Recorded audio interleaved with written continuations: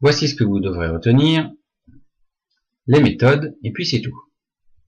Prévoyez une feuille et un stylo, il y a des petits exemples à faire pour voir si vous avez tout compris.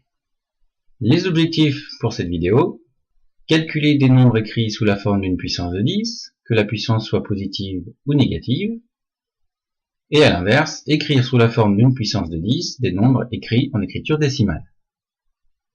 Les formules sur les puissances restent les mêmes. Si vous ne vous en souvenez plus, vous pouvez regarder la vidéo sur les puissances.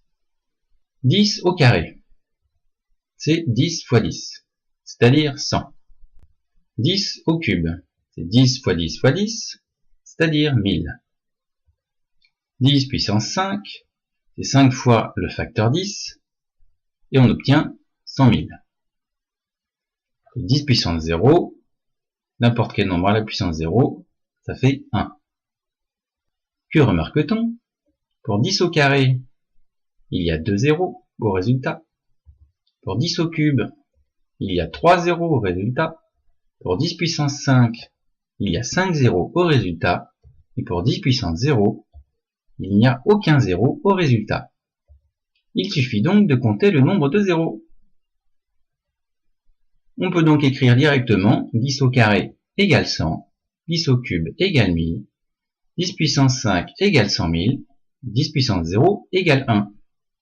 Et à l'inverse, 10 000, c'est un 1 avec 4 zéros, donc on écrit 10 puissance 4. 1 million, c'est un 1 avec 6 zéros, donc on écrit 10 puissance 6. À vous maintenant. Notez les réponses au calcul suivant.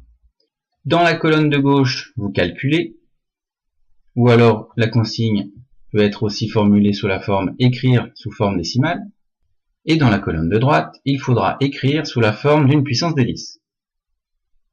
N'oubliez pas de mettre la vidéo sur pause, car les solutions sont quelques secondes après.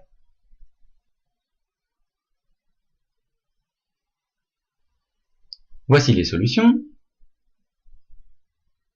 J'espère que vous aurez compris cette première partie sur les puissances de 10. Passons maintenant à la seconde partie. 10 puissance moins n est égal à 1 sur 10 puissance n. Une puissance négative est donc l'inverse d'une puissance positive. Par exemple, 10 puissance moins 1, c'est 1 sur 10 puissance 1, c'est-à-dire 1 sur 10, et 1 divisé par 10, ça fait 0,1, 1 dixième. 10 puissance moins 2, c'est donc 1 sur 10 puissance 2, donc 1 sur 100, 1 centième, qui s'écrit aussi 0,01. De même, 10 puissance moins 5, c'est 1 sur 10 puissance 5, c'est-à-dire 1 sur 100 000, et quand on calcule ça, ça fait 0,00001. Ça commence déjà à faire pas mal de zéros. Que remarque-t-on? Pour 10 puissance moins 1, il y a un chiffre après la virgule. Pour 10 puissance moins 2, il y a deux chiffres après la virgule. Ou alors, pour 10 puissance moins 1, il y a un zéro. Pour 10 puissance moins 2, il y a deux zéros. Pour 10 puissance moins 5, il y a 5 zéros. Il n'y a évidemment pas de zéro inutile. Il suffit donc de compter le nombre de chiffres après la virgule, ou alors le nombre de zéros. Dans tous les cas, 10 puissance moins n ne s'écrit qu'avec des zéros et un seul 1. Il y a n fois le chiffre 0, avec un seul 0 avant la virgule, et ça se termine par 1. On pourra donc écrire directement 10 puissance moins 2 égale 0,01, donc deux chiffres après la virgule, le dernier chiffre étant un 1. 10 puissance moins 4 égale 0,0001, donc 4 zéros, ou 4 chiffres après la virgule, le dernier chiffre étant un 1. Et 10 puissance moins 0, il n'y a aucun 0, ça se termine par un 1, et c'est tout. 10 puissance moins 0, c'est aussi 10 puissance 0. À vous maintenant, notez les réponses au calcul suivant. Dans la colonne de gauche, il faudra calculer, ou alors écrire sous forme décimale, c'est la même consigne. Et dans la colonne de droite, comme tout à l'heure, il faudra écrire sous la forme d'une puissance de 10. Mais cette fois-ci, la puissance devra être négative.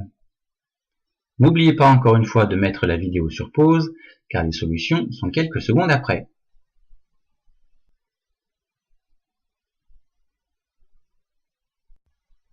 Voici les solutions. J'espère que vous aurez tout compris.